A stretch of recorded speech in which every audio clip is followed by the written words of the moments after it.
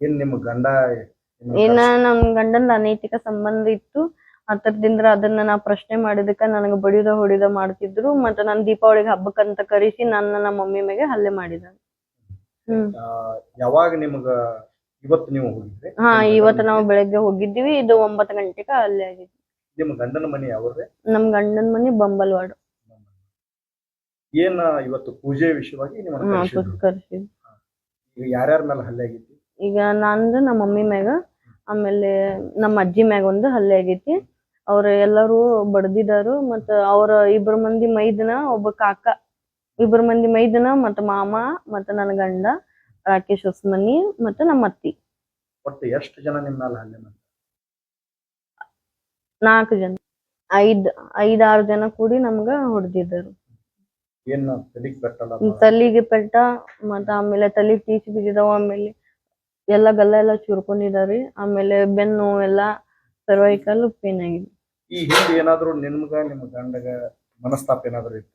ಹಾ, ಒಂದು ಹುಡುಗಿ ಸಂಬಂಧ ಮನಸ್ತಾಪ ಇದೆ. ಅದರಿಂದ ಮತ್ತೇನಿಲ್ಲ. ಅವ್ರಿಗೆ ಬೇರೆ ಜೊತೆ ಅಫೇರ್ ಐತೆ ಅಂತ ಮನಸ್ತಾಪ ಇತ್ತು. ನಿಮ್ ಗಂಡನಲ್ಲ ಅನೈತಿಕ ಸಂಬಂಧವನ್ನ ನೀವು ಪ್ರಶ್ನೆ ಮಾಡಿದಕ್ಕ ನಿಮ್ ಮೇಲೆ ಮಾರಣಾಂತಿಕವಾಗಿ ಹಲ್ಲೆ ಆಗಿದೆ? ಅವಳದು ಚಿಕ್ಕೋಡಿದವಳು, ಮುಸ್ಲಿಂದ ಹುಡುಗಿ. ಈಗ ಸದ್ಯ ನೀವು ಯಾವ ಹಾಸ್ಪಿಟಲ್? ನಾವು ಗೋಕಾಕದಲ್ಲಿ ಸರ್ಕಾರಿ ಹಾಸ್ಪಿಟಲ್.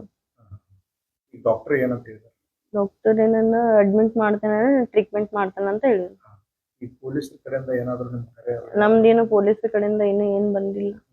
ಈಗ ಮಹಿಳೆಯರ ಮೇಲೆ ಇತ್ತೀಚಿನ ದಿನಮಾನಗಳಲ್ಲಿ ಗಂಡ ಹೆಂಡತಿ ಮಧ್ಯ ಹಿಂಗ್ ಬಿರುಕು ಬಿಟ್ಟಾಗ ಬಹಳಷ್ಟು ಕಡೆಯಲ್ಲಿ ನೋಡುವಾಗ ಮಹಿಳೆಯರ ಮೇಲೆ ಬಹಳ ದಬ್ಬಾಳಿಕೆ, ದೌರ್ಜನ್ಯ ನಡೆಯುತ್ತೆ. ಇದಕ್ಕ ಅಂತ ಮಹಿಳಾ ಆಯೋಗ ಐತಿ.